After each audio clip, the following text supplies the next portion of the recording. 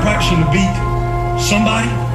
We're practicing to beat everybody. My expectation is we go out and dominate and create a nightmare and make people never want to play you again. If you are a fan of another team and your coach is not out there doing everything that Kirby Smart is doing right now, you are already losing.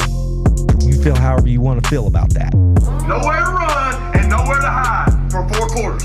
They got to see us in our house for 4 quarters. They got to look us in the eye for 4. This is about us and our family and our house. This is about us. This is our mentality. We ain't backing down. We ain't running. Set a tone, send a message. This is our house. Physical toughness wins in football now. And if you in this room, you got it. If you come in here, you better believe in it. Because this physical toughness, it's what makes the difference.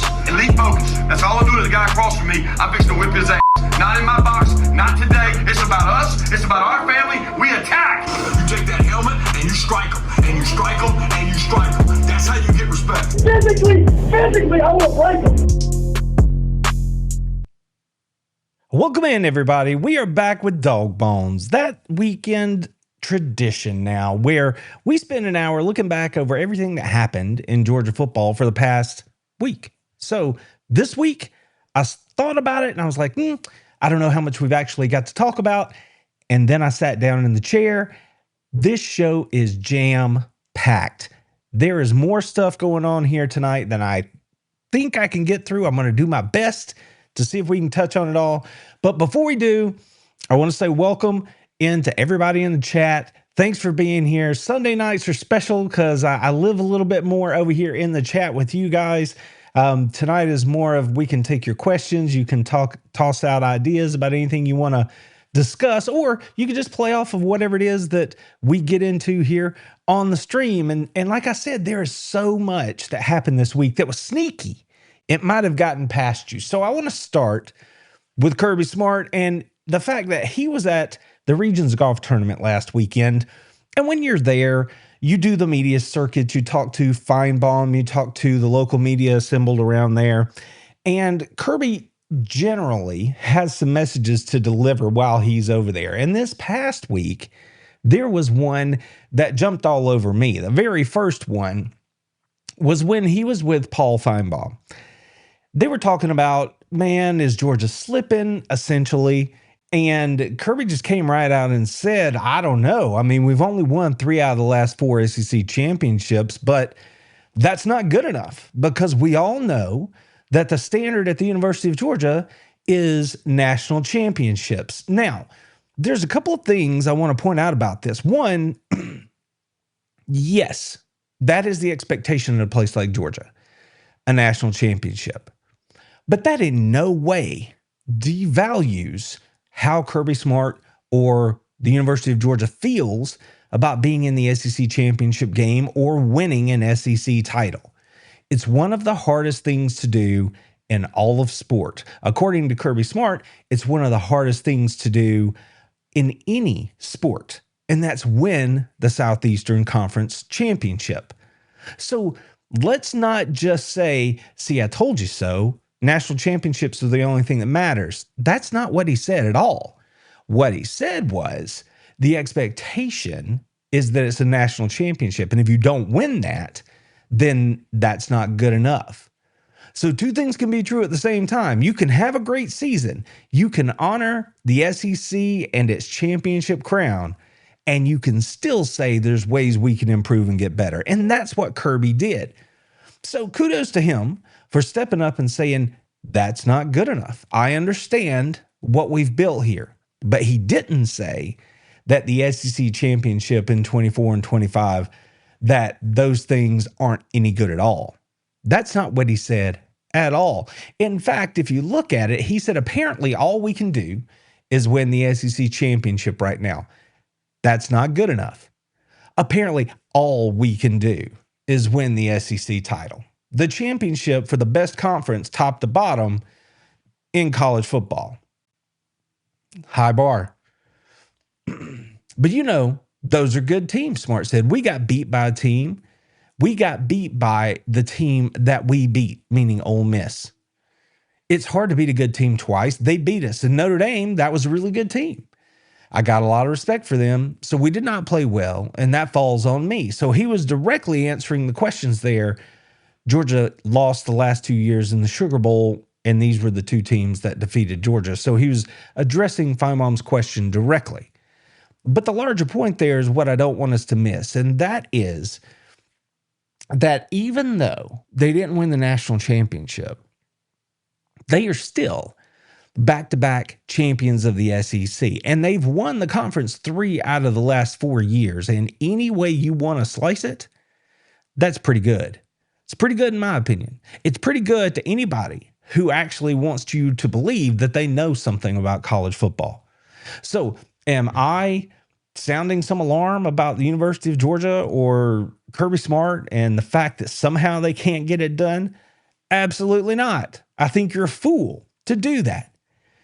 That still doesn't mean, though, that you can't strive to be better. And Kirby knows that, and that's what they're working on here in 2026. There's absolutely no confusion right there. So I don't know. You guys let me know what you think, right? Because to me, championships are championships, especially in the best conference, top to bottom, in all of college football. But Kirby had a little bit more to say.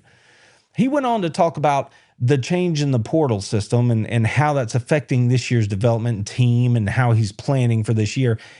And he said when we had the second portal, I think maybe the worry or the angst or the evaluations that you would normally be doing, you didn't have to do now with just the one portal. He's like, they were a little less because you were constantly looking to see over your shoulder before who you were losing and who you might get. But now you don't have to worry about that.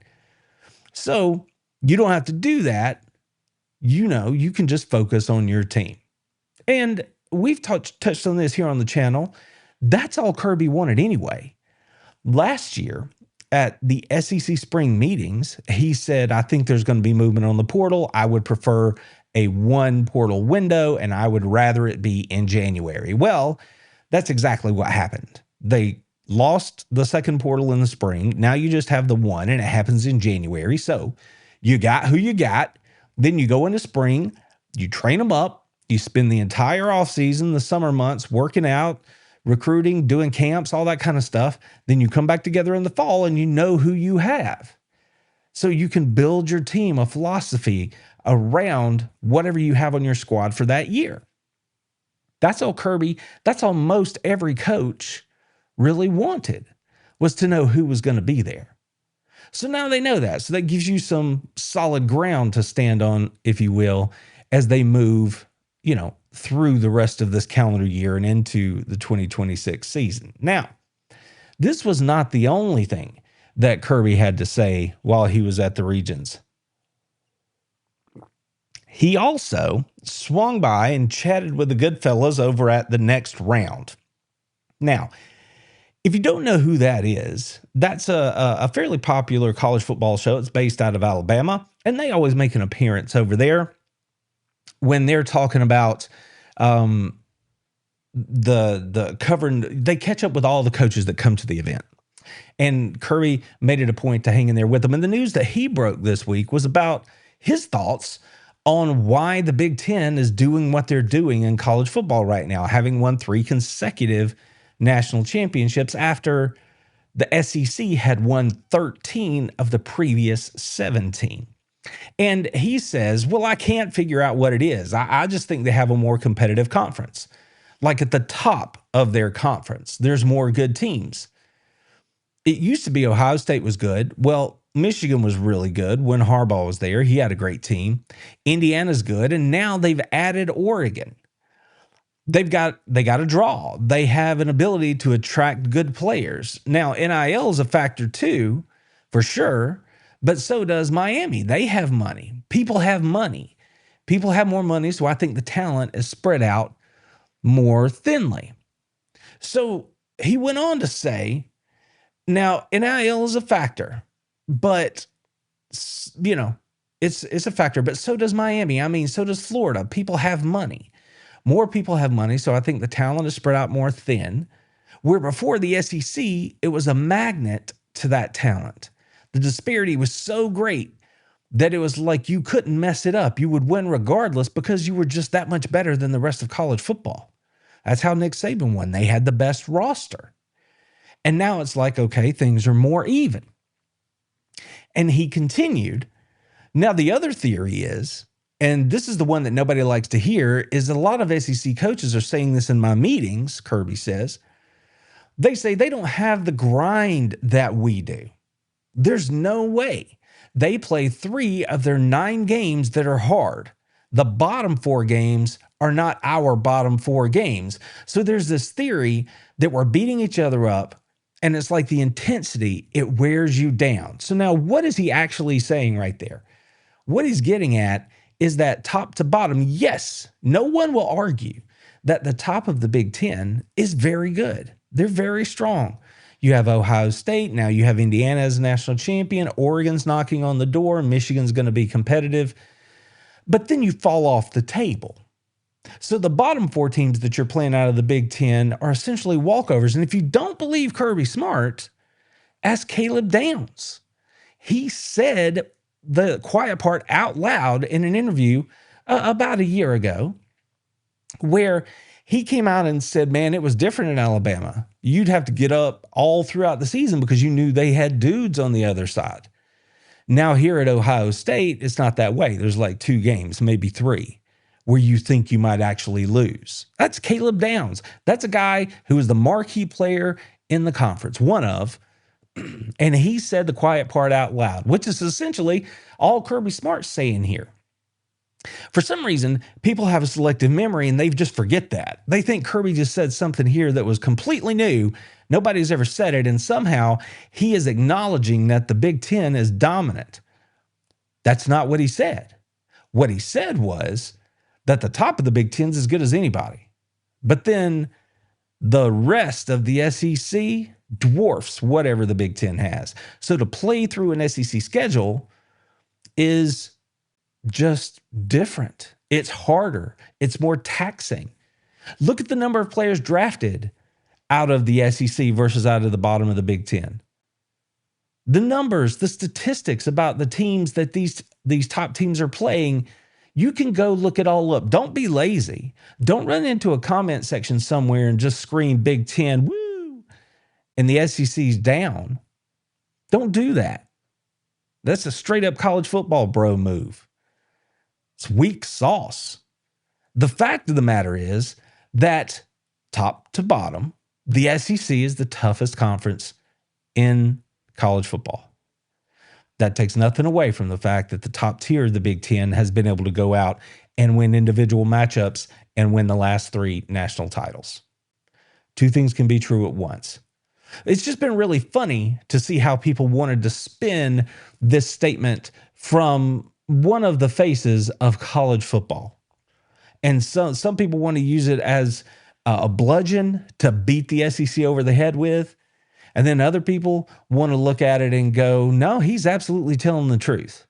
And according to Kirby Smart, he's not the only SEC coach who feels this way. So I thought that was pretty interesting. So before we move along, let's see who's joined us here. Who is in the chat with us tonight? Tim is in here. Welcome in, Tim.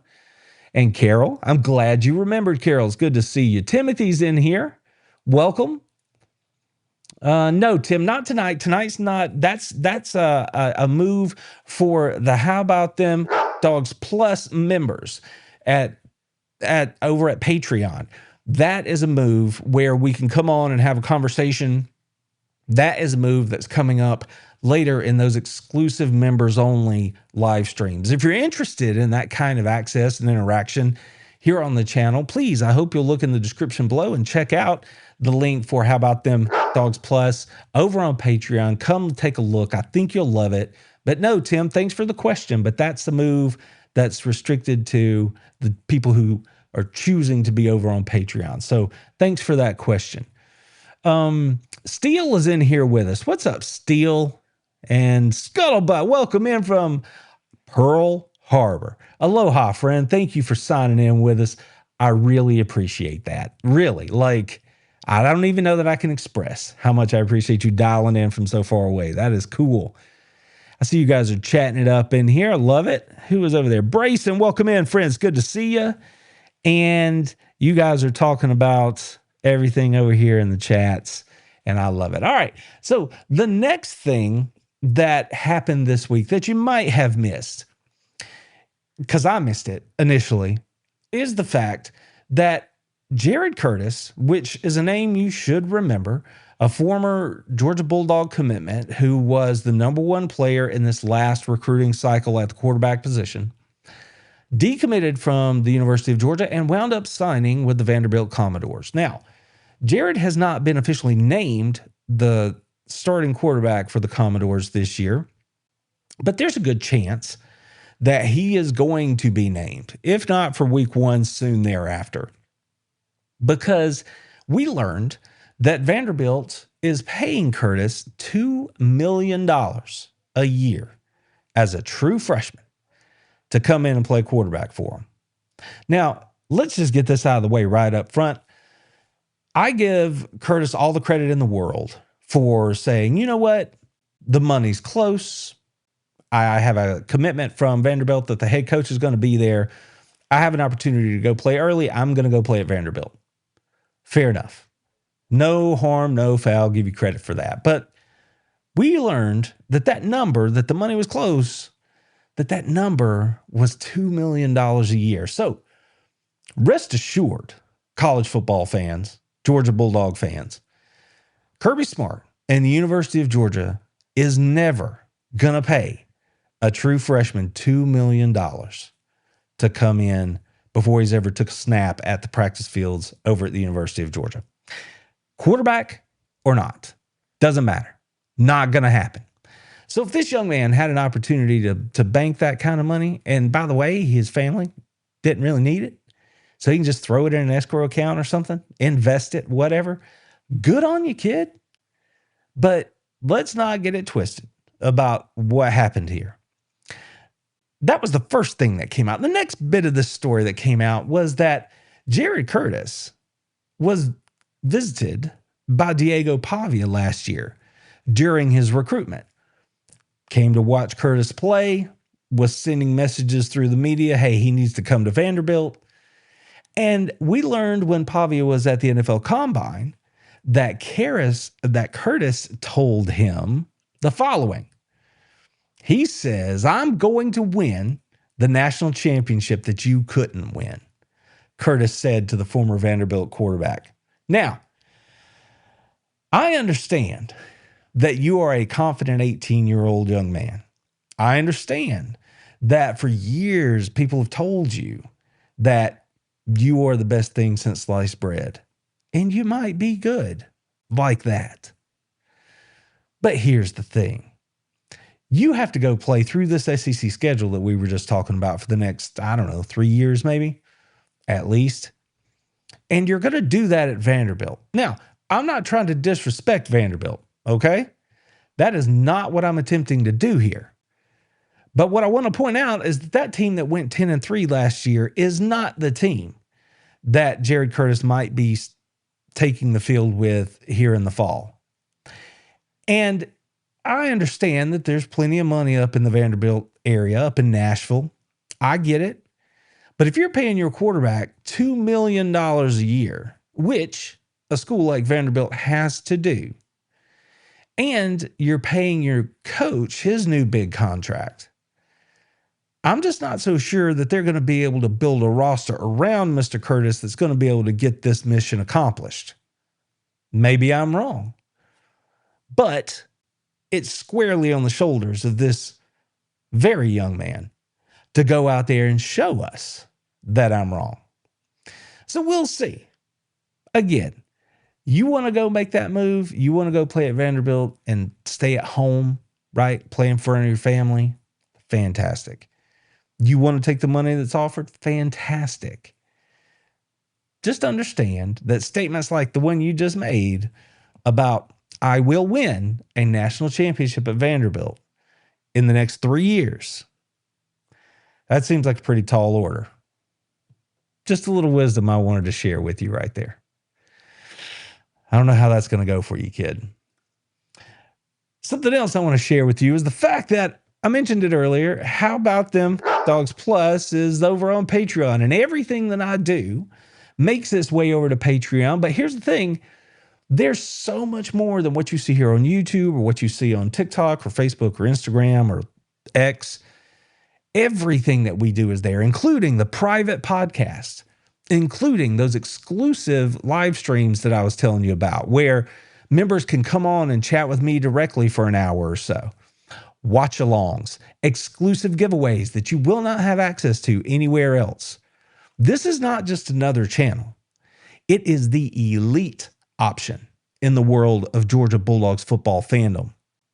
If you enjoy podcasts and content like this, then there is no rival to what you get over at Plus. So I hope that you guys will take a chance, come visit with us, check it out, and I think you might decide that you want to stay for a little while.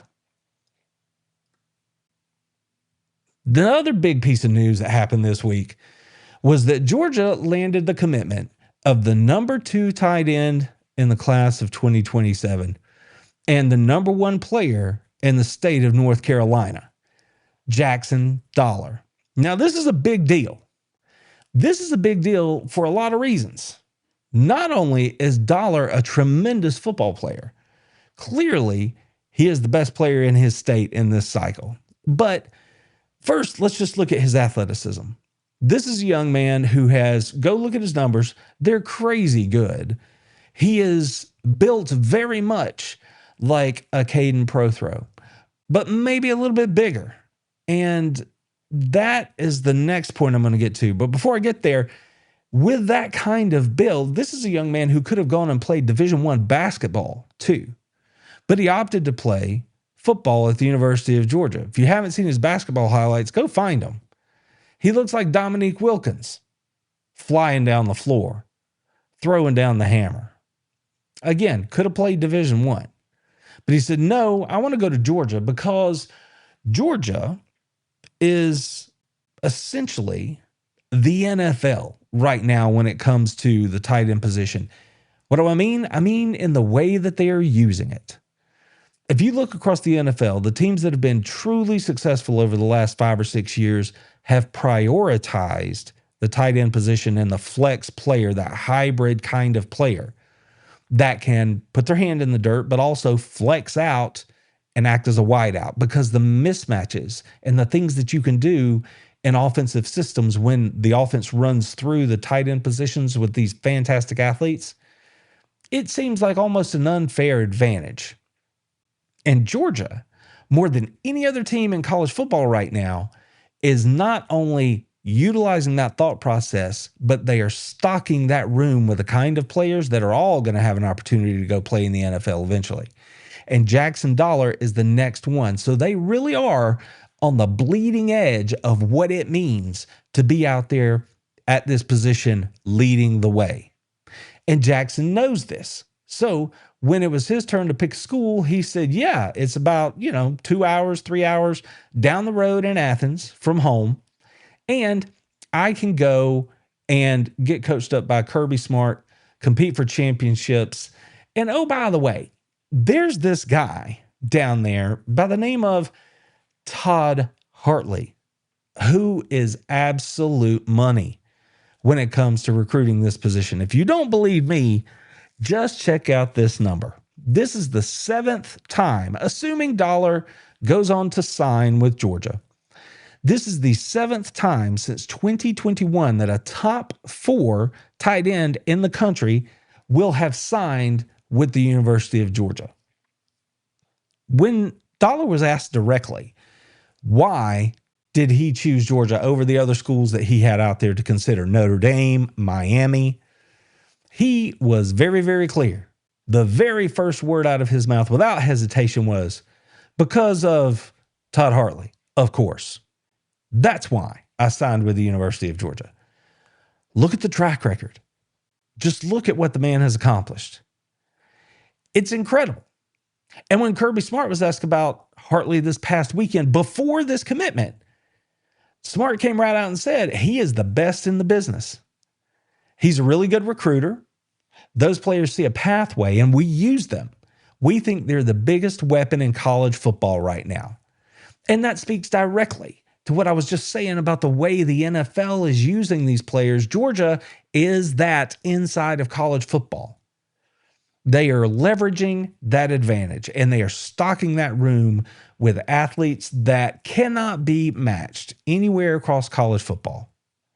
So Todd Hartley, whom a couple of thoughts just out of my hip pocket here about Todd Hartley. First off, man, I'm glad he's at Georgia. Not because of what he's done, but because, I mean, that's part of it, but also because he is a dog through and through. A University of Georgia graduate, was on the staff under Coach Mark Richt, went to Miami for 3 years with Coach Mark Richt, and then when he had an opportunity to come home to Georgia, he came right back, and all he has done is absolutely crush it for the Dogs, both as a recruiter, as a coach, also in the booth, working on play schemes and playbook and offensive ideas. He is right there in the middle of everything that Georgia is doing. And man, I'm glad he's here because he loves the University of Georgia, and it shows. Further than that, people wonder who will be the next Georgia head coach.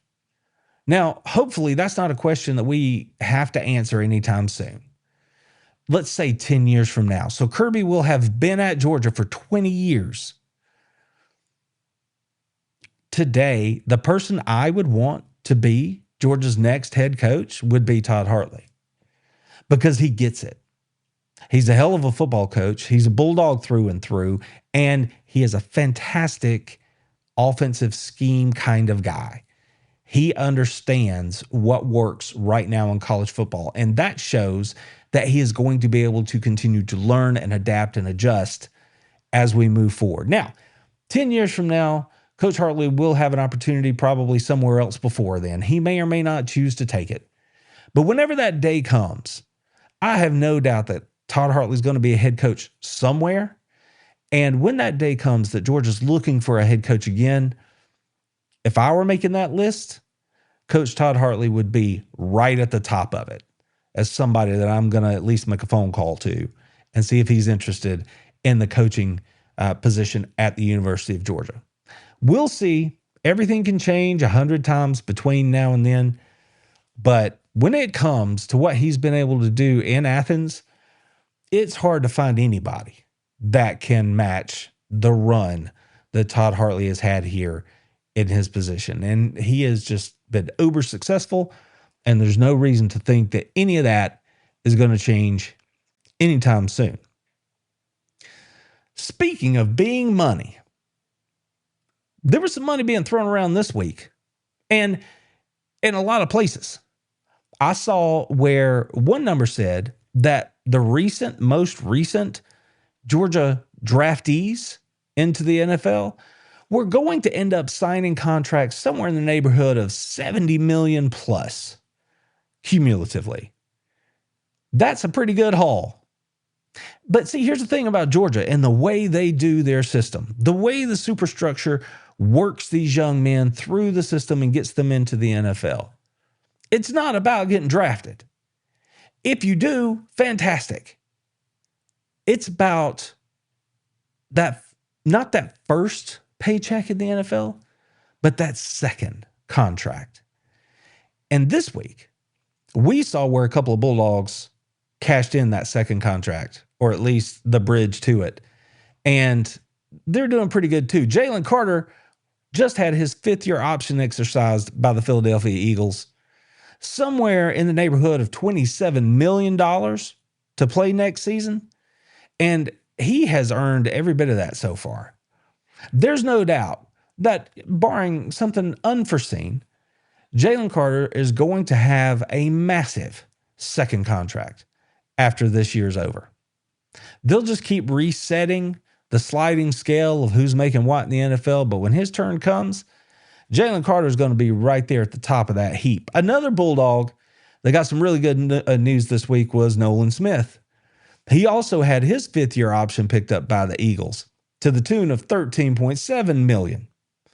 So again, these dogs did just fine up front. Now they've got that fifth-year option.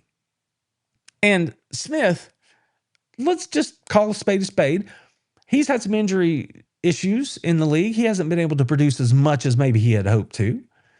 But this year, he needs to go out and show out. And if he does, then he'll be primed as a premier edge in the NFL to get that huge second contract as well. So congratulations to these Bulldogs. The dogs that are entering the draft are about to break the bank, but no quicker than the guys who are already in the league that are making bank. Think back to last offseason. James Cook in Buffalo. He got a brand new deal, huge number, and all he did was go out and lead the NFL in rushing. So across the board, the dogs are absolutely killing it, and I'm just saying congratulations to them because I think that has been, I think they've earned it. What's going on in the chat? Let's jump back over here for a second.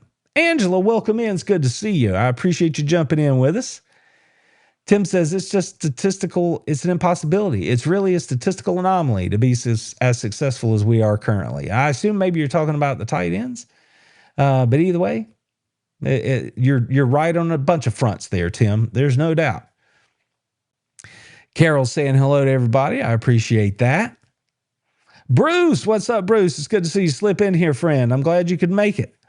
And there is Ryan. Welcome in, Ryan. It's good to see you. Yeah, he thinks Jared's going to have a bit of a rough ride.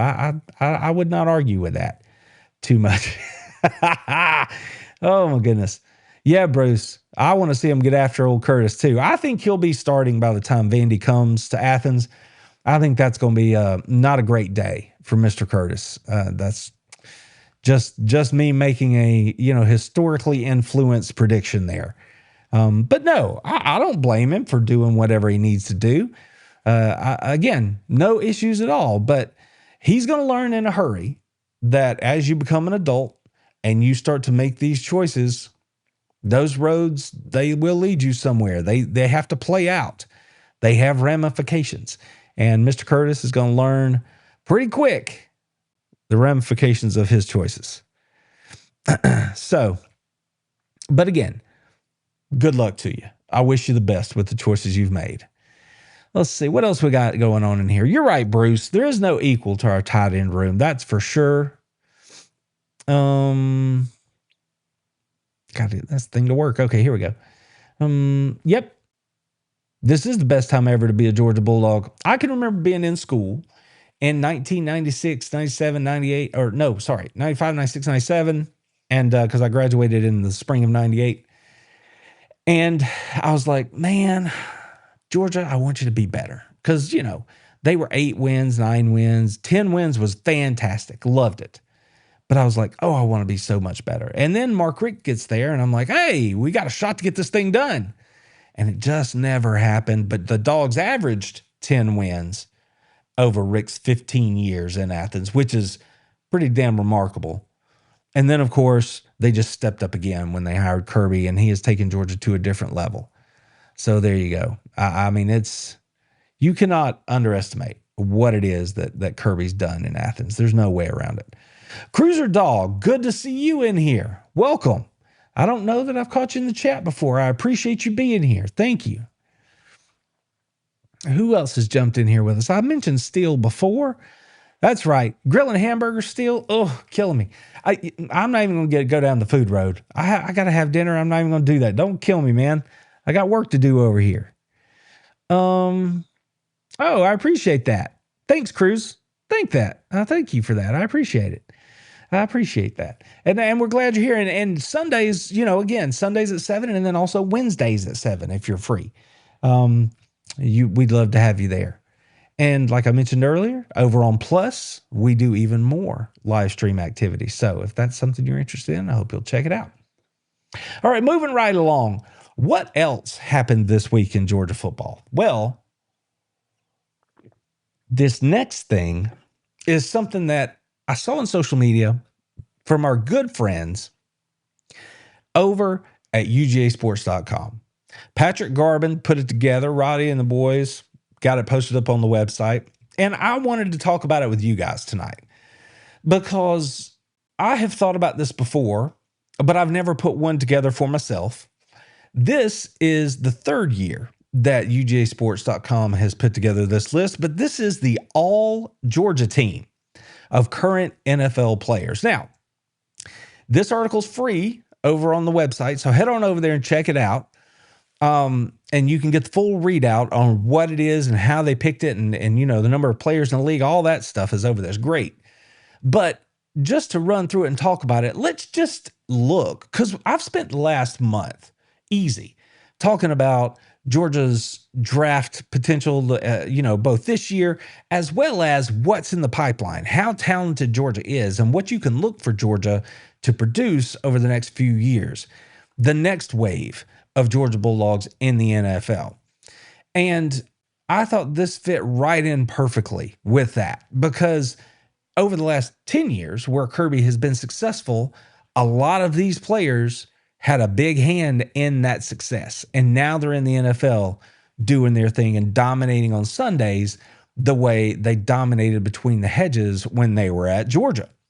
So let's look through it here. Let's start with the offense.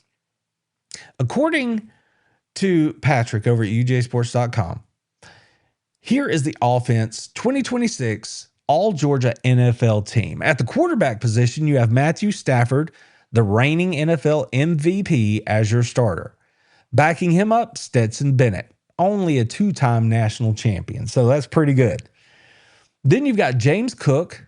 I just talked about him up in Buffalo. He's your starting running back. And he's backed up by DeAndre Swift, Kenny McIntosh, and then Nick Chubb. George Pickens is one of your starting wide receivers with Colby Young backing him up. Lad McConkey is the other with Arian Smith backing him up. Then for your slot guy, you have Zachariah Branch with McCole Hardman backing him up. We could stop already. This list of names that I've rattled off to you is staggering in the amount of impact they had at the University of Georgia, not to mention what they've done since joining the league. But let's continue. We haven't even gotten to the two-time Mackey Award-winning, three-time All-American and double national champion Brock Bowers. He's your starting tight end in the NFL, no doubt. Darnell Washington's backing him up, and now Oscar Delp's probably going to be third on the bench there, right?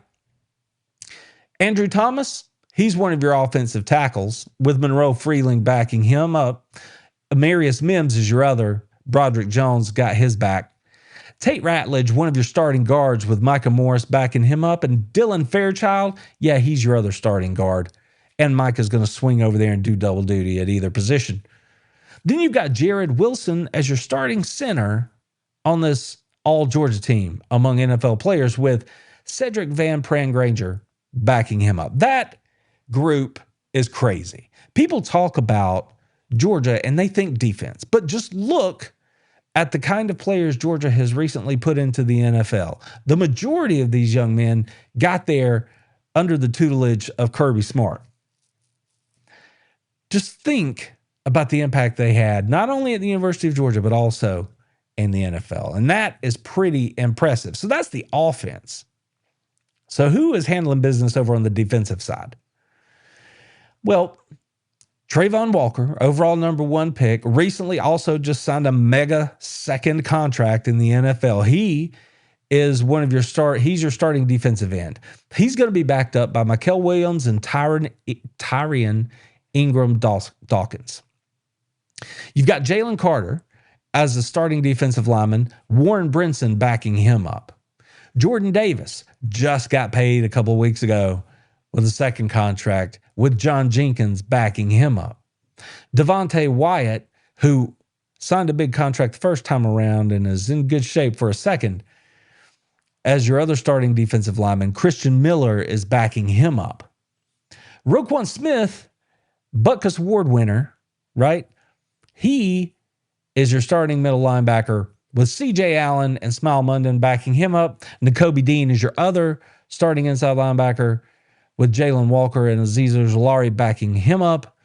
Quay Walker is that flex backer, the guy you could put on the edge or put him right there in the middle wherever you need him to be, with Nolan Smith backing him up. Quay, by the way, yeah, he just got paid too by the Raiders. Kamari Lassiter, He is having a phenomenal start to his NFL career with the Houston Texans. He's one of your starting corners. Eric Stokes, Keely Ringo are backing him up. Then you have Tyson Campbell, your other starting corner. Dylan Everett's going to back him up. Malachi Starks is one of your starting safeties with Javon Bullard coming off the bench. And you've got Tyke Smith as your other starting safety with Chris Smith coming off the bench in support there. I could say everything here about the defense I just said about the offense, but let's just be impressed with the kind of players that Kirby Smart has brought to Athens. Somebody just said in the chat, this is the best time to be a college football fan or a University of Georgia football fan. Look at these players we have been privileged enough to watch play for our dogs. It's great stuff, man. Just great stuff. But then there's my favorite part, special teams. Y'all know I love special teams. The 2026 All-Georgia NFL team, when it comes to special teams, goes a little something like this. Rodrigo Blankenship, that's your place kicker. Brett Thorson, that's your punter. I'll take him every day of the week. Nick Moore is your long snapper. Zachariah Branch is your kickoff returner as well as your punt returner. And McCole Hardman is backing him up in both roles. Yeah, I would take that in a heartbeat. In a heartbeat. I spoke on what I would do with those special teams guys last week about how aggressive I would be with them. Brett Thorson is an absolute weapon. You better believe that I would want him on my roster. So there you go. That's the 2026 All-Georgia squad, according to the good folks over at UGAsports.com. Again, this is a free article. Head on over there, give it a read. And while you're there, look around. Take advantage of some of the offers they have, because I know they've got a sweet offer going on right now. And tell Roddy and the boys that I sent you, because that's some good stuff right there. That is some good stuff. Now, another thing that the good people over at the Next Round showed us this past weekend. Well, I don't know if it was the weekend. It was sometime after that. Might have been Monday. I forget exactly. But it came out this week that after the NFL draft, which we were just talking about the NFL and how much the Dogs have done in recent years in terms of putting fantastic players into the league. Think back to that first national championship team back in 2021. The Dogs did a little something at the NFL draft that may have snuck past you, but it's definitely eye-opening and something I'm going to talk about. But before I do that, I'm going to jump back over here in the chat and see what you guys are doing. Let's see. What's going on? Did I miss Ratledge? No, yeah, he was a guard. He was a guard on the All-Georgia team, Cruiser. They had him in as a guard. And Wilson, Jared Wilson, they had him in as a starting center on the All-Georgia team. So there you go. Yes, Tim, Kirby is top shelf, no doubt. And he has spoiled us, Bruce. There's no doubt about that either. Which takes us back to where the show started with that whole it's not good enough to just win the SEC 3 out of 4 years. Think about that statement. If you're a Gen Xer like me or older especially, just think about that. It's not good enough to win the SEC 3 out of 4 years. That is crazy. And it's never been more difficult to win a national title than it is right now. So the fact that you are winning the top to bottom best conference in the league 3 out of 4 years, and then the ball doesn't bounce your way in the playoff, how is that any kind of a slight? It has never been more difficult to win a national title than it is right now. And the fact that Kirby Smart and the Georgia Bulldogs are there, and not only there, but have earned a bye heading into the last 2 college football playoffs, get out of here with that, man. Just get on out of here. I think you're embarrassing yourself if you're talking about how somehow the SEC championship doesn't matter, or that somehow Georgia and Kirby Smart are falling off the table. That's fool's talk. Just my opinion. But I think there are a lot of people that would agree with me about that. Now, here's the thing that I was hinting at a minute ago. The next round, well, first, let's give credit where credit is due. Zach Barnett over at Football Scoop, after the conclusion of the NFL draft a few days ago, pointed out that something really special had happened for the University of Georgia around that 2021 national championship team. When Micah Morris was drafted, it changed some things.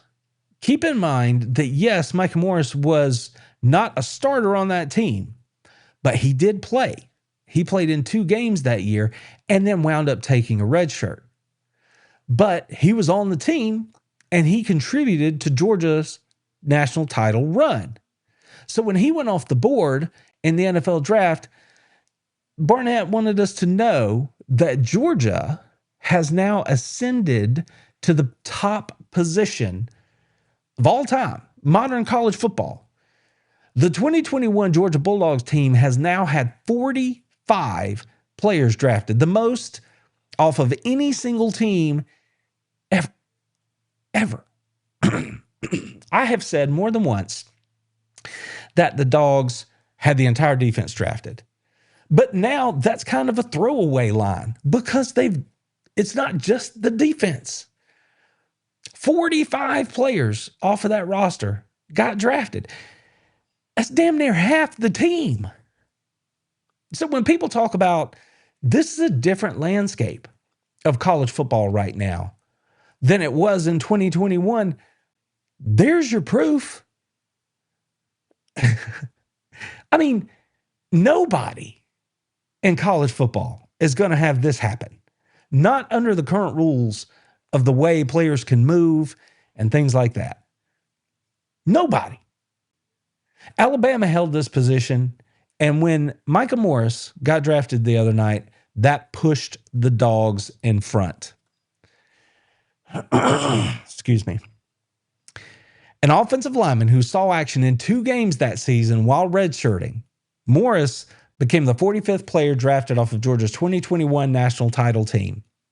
And with the 44 selection points that came with being the 207th pick, Kirby Smart's 2021 team nudged past the 2017 Alabama team for the most talented team of the 21st century. That is a staggering accomplishment. It doesn't even matter what happens the rest of the way or what has happened since. The fact that that roster has gone on to be drafted into the NFL at the rate that they have, unparalleled. And it speaks to the kind of player, the kind of superstructure that I talk about so often at the University of Georgia that has fostered this kind of success. This is one of those watershed kind of things. It's irrefutable. You cannot argue it. The facts are what they are. And your Georgia Bulldogs now hold the top spot. Again, that Alabama team in 2017, fantastic. But no longer number 1. That's the Georgia Bulldogs. So Georgia fans, when we talk about this being the best time to ever be a Georgia Bulldog fan, it's numbers like that that make it the absolute truth. So do me a favor.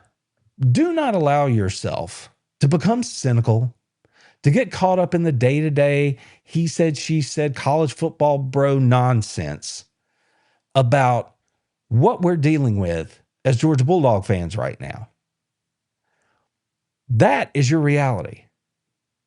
An elite football program. Not good, not merely consistent, elite. Because it's going to be harder to track this number moving forward. The way players move around college football, thanks to the portal and things like that. If they put some boundaries on that and start to change it, okay, we can have a discussion about that then. But for the next few years, it's going to be difficult to track these kind of numbers. Because Georgia has players on their roster or has had players on their roster that have since chosen to go play in other places. And they will go on to NFL futures, and some of them undoubtedly will be very, very successful. Georgia ultimately won't get credit in most discussions about those players being Bulldogs. They'll be claimed by, the last school that they were at. And that's fine. But that also contributes to the point of what I just said about that number of 45 players being drafted off of one team. I'm hard pressed to see how that number is going to be in danger anytime soon. We'll see. The sands are always shifting, so I can't say anything for certain, but that seems like a tall task. So you guys are lighting it up over here in the chat. Everybody's chosen to hit that thumbs up button. I appreciate it. We've had a good group in here tonight. Pardon me, y'all. We've had a good group in here tonight from what I can tell, and I really appreciate you all taking time to be here with us. All the way in from Hawaii, too, no doubt. Fantastic. Let's see. I know, Indiana, right? Indiana won the national title. They were a great football team. Got nothing against them at all. They were a phenomenal football team and fun to watch. But that pulls you back into that discussion that Kirby was talking about, in the comments that I started the show with, about how the Big Ten is what it is versus the SEC. And statistically, if you look at it, the SEC's argument is stronger. But again, that in no way discounts anything that the top of the Big Ten has been able to do in recent years. And they have earned their titles, with the exception of maybe Michigan. That's a dirty looking program at the moment. But kudos to Ohio State. They were the first team to go out there and really break the bank, to go build a roster that could win a national championship, and they did. And kudos to Indiana for coaching them up and developing them and having a model that worked for them to go win a national title. Now, here's the question, and I'd love to hear what you guys think. Whether it's 2026 or 27 or 28 or whenever it is, I think most people, certainly the people here in the chat with me tonight, are going to tell you that they believe that Kirby Smart's going to win another national championship somewhere. Georgia is the last SEC school to win a national title. So if anybody else wants to step up and help carry the conference forward, let's see it. But right now, Georgia's the standard. Again, back-to-back SEC championships, 3 out of the last 4. That's the song. So until somebody else steps up and helps, Georgia's the standard inside the conference. And when Kirby Smart goes and wins another national championship, what happens to this conversation? Where does it go? I have repeatedly given the Big Ten their flowers tonight, the top teams in that league. Everybody seems to think Oregon's right on the doorstep. Indiana came out of nowhere last year. Ohio State's always going to be in the conversation. I would expect Michigan to get right with Whittingham as their new head coach. So who's going to join Georgia moving forward? Can Ole Miss sustain? Will Lane Kiffin be able to lift LSU back up into that conversation? What about Kalen DeBoer? Hasn't won a league title yet. He's made the CFP, but the last time out, got housed by Indiana. The time before that, lost to Michigan. So Georgia has not held their water in the Sugar Bowl the last 2 years, losing to Notre Dame and Ole Miss. But when Kirby Smart wins that next national championship, whenever that is, if somebody doesn't beat him to it, and especially if another conference other than the Big Ten or the SEC wins the national championship in the next year or two, how does this conversation change?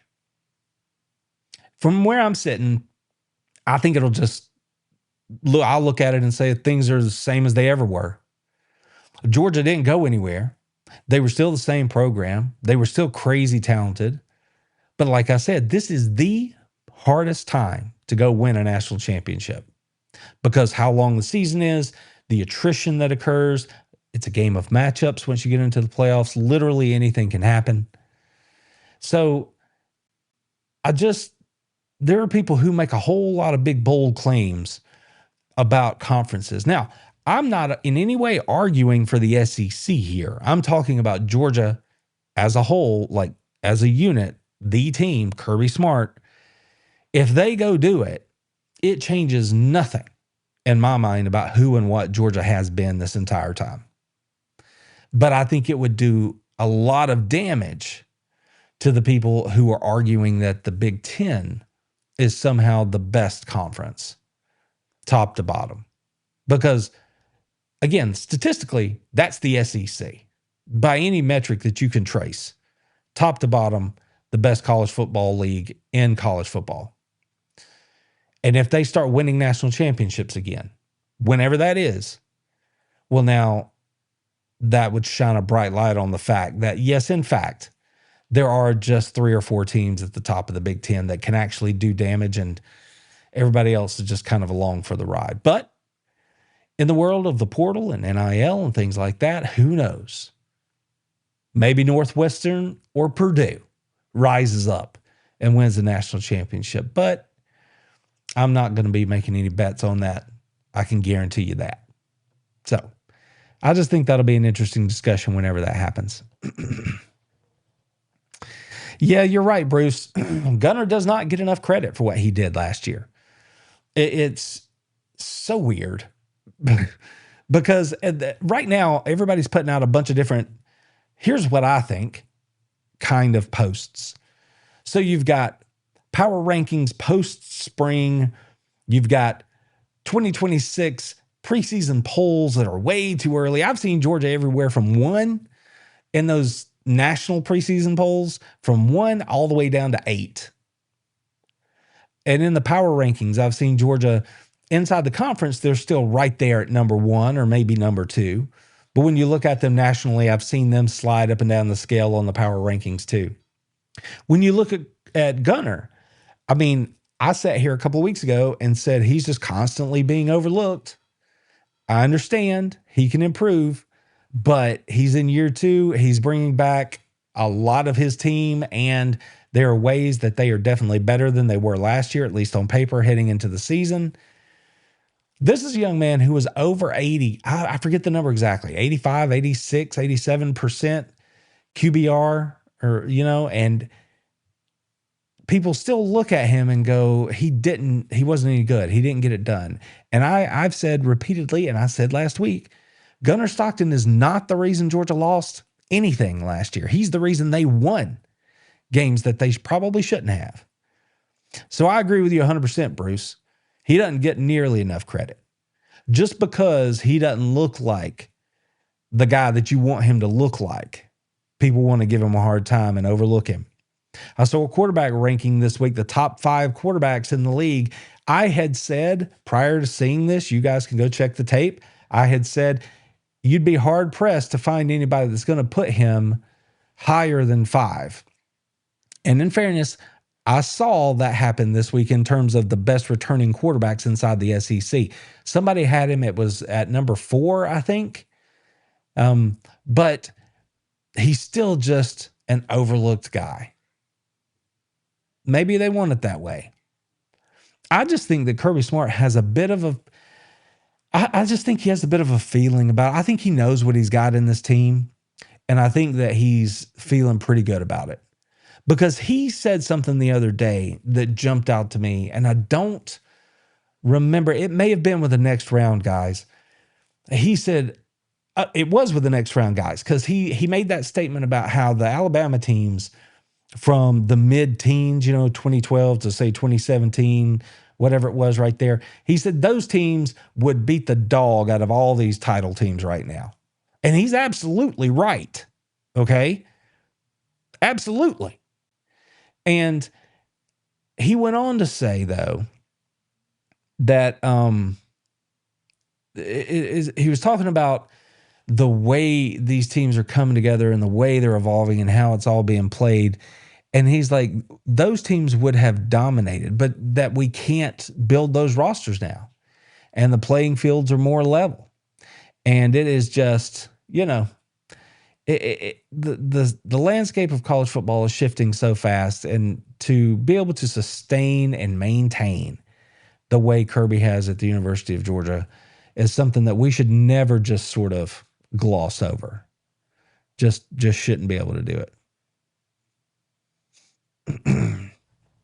Cruiser knows Caden. That's awesome. I assume maybe you're chatting with Carol there, Cruiser, because I know Carol is a big fan of Caden, and Caden's a good dude. So I'm looking forward to seeing what he can do.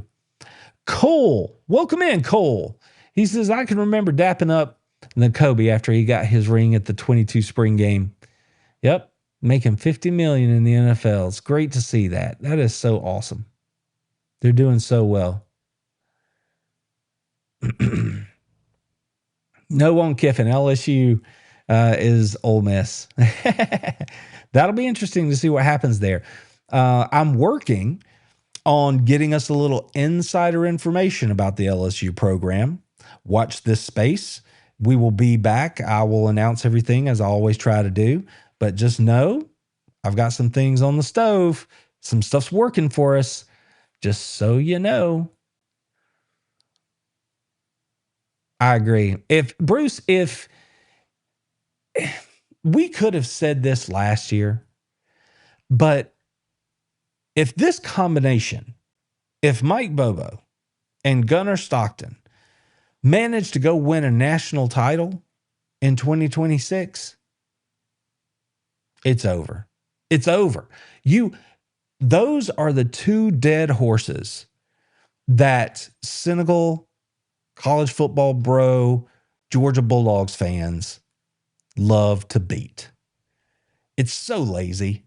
It's so untrue and misinformed. But when people just want to beat on the drum about Mike Bobo and blame him for all of Georgia's ills, or beat on Gunnar and want somebody else, anybody, they don't care, to come in and play quarterback just because they don't like the way he plays the game. If they go win a national title, hell, if in my book, they don't have anything to prove, but if they just go back and win the SEC, which is going to be hard enough, you just got nothing to say. There's nothing to say. If they go win a national championship, it's over. It's over. I mean, I saw somebody in my comments the other day say something along the lines of, because it was the same old Bobo trope, and Kirby, it was underneath the post about that's not good enough, not winning the national title, and they were banging on Bobo. And they said, now if we could just get Bobo to play or run Monken's playbook, tell me you don't know what you're talking about without telling me you don't know what you're talking about. It's exactly the same. And if you need even more proof, understand that Monken ran Kirby's playbook. Keep in mind that Todd Monken was the guy who tried to get rid of Stetson Bennett. Keep in mind that Todd Monken in the national championship seasons ran more screen passes than Mike Bobo does. I'm not arguing for Bobo. I'm not arguing against him. I'm trying to call out the absurdity of these lazy tropes that you see inside of Dog Nation. Judge for yourself whether or not you like Mike or what he does. I'm just saying, jumping on the internet when nobody knows who you are and saying stupid stuff that you heard somebody else say means you're just saying stupid stuff. That's all. Soapbox over. Sorry about that, but it's just the truth. I'm not so sure about LSU this year, Bruce, honestly. And again, I want to talk. I've got some stuff working, so I'm going to try to get some information here so I can get a better feel for LSU. But as I sit here right now, I don't think they make the college football playoff here in 2026. Somebody mark this tape, clip it, bring it back. If I'm wrong, I'll admit that I'm wrong. And I'm not hating on LSU. I'm just saying I know he's trying to work his portal magic down there. I just don't think they're ready to rock that way. I just don't think LSU makes the CFP. I think he's gonna have to get it right. It'll take a year or two, is all I'm saying. So, what else we got going on here? Yep, you guys still talking about Caden and Bowden. What's up? Timothy, I will absolutely tell the family you said hello. And anyone else that would like to send along well wishes, I will pass them right along. Don't you worry. Oh, Carol. Yes, this is pretty cool. And I didn't want to put it in the show, like a part of the show, but I shared something last night that happened to me yesterday that I thought was pretty cool. And it's not surprising, but it just shows that I've been around it for a minute, and being at the press conferences, being on the field, being at practice, being, doing games from the sideline. If you do it long enough, people just start to associate stuff and they put two and two together. And a cool thing happened yesterday that Todd Hartley, the coach that we talked about earlier in the show, who is responsible for all of the success that Georgia's had in the tight end room in recent years, as just a wonderful Bulldog through and through. Todd Hartley followed me yesterday on social media, which, come on now, that's pretty cool. Doesn't mean anything to anybody else. Means something to me. I thought that was pretty cool because I always like to have damn good dogs in the community. And to know that Hartley is like, what's up? You're worth a follow. I'm like, sweet. Appreciate you. And I sent him a message and said, thanks. And this morning he got back with me and he was like, you got it, bro. Like it's pretty sweet. Costs nothing, means nothing, but it's still a cool thing that made me smile yesterday. So there you go. Y'all got a little insider, hidden something there. Thanks to Carol's prodding and suggestion. Yeah. Oh, and Tim's talking about, let's see. Oh, you're talking about Bobo. Okay. Yeah. Yeah, Tim is talking about, he's like, that sort of stuff burns me up too. You should have seen our fans fighting each other over that nonsense. Literally fist fighting in the concourse at the Superdome. It is pitiful. It's so stupid. That's a whole different thing I could go on about, Tim. And I might do it over on Plus just rant. Because, listen, I don't care what kind of Georgia fan you are. I don't care what kind of college football fan you are, what kind of sports fan you are. I'll say this. If you have anger issues like that allow you to get yourself in a position where you're going to do something like Tim was just talking about there, you need to step away and you need to go find somebody that can help you work through your issues. I'm sorry life is not treating you well. But I've said this here before and I'll say it again right now. I love the University of Georgia, okay? It's my favorite thing. I went there. I've covered the team. That's what I do. I want my family to enjoy the thing I enjoy so much. I want them to share in that love for me. Not the school necessarily, but everything around it. We watch a game. I want them to have wonderful memories of watching those games with me. I want them to be like, when I'm dead and gone, I want my daughters to be like, man, that was fun hanging out with dad. You know what I mean? Like it meant something to me and then it means something to them and it's beautiful. And I would never show my ass and act like that and ruin that for them. I would be so disgraced on a personal level.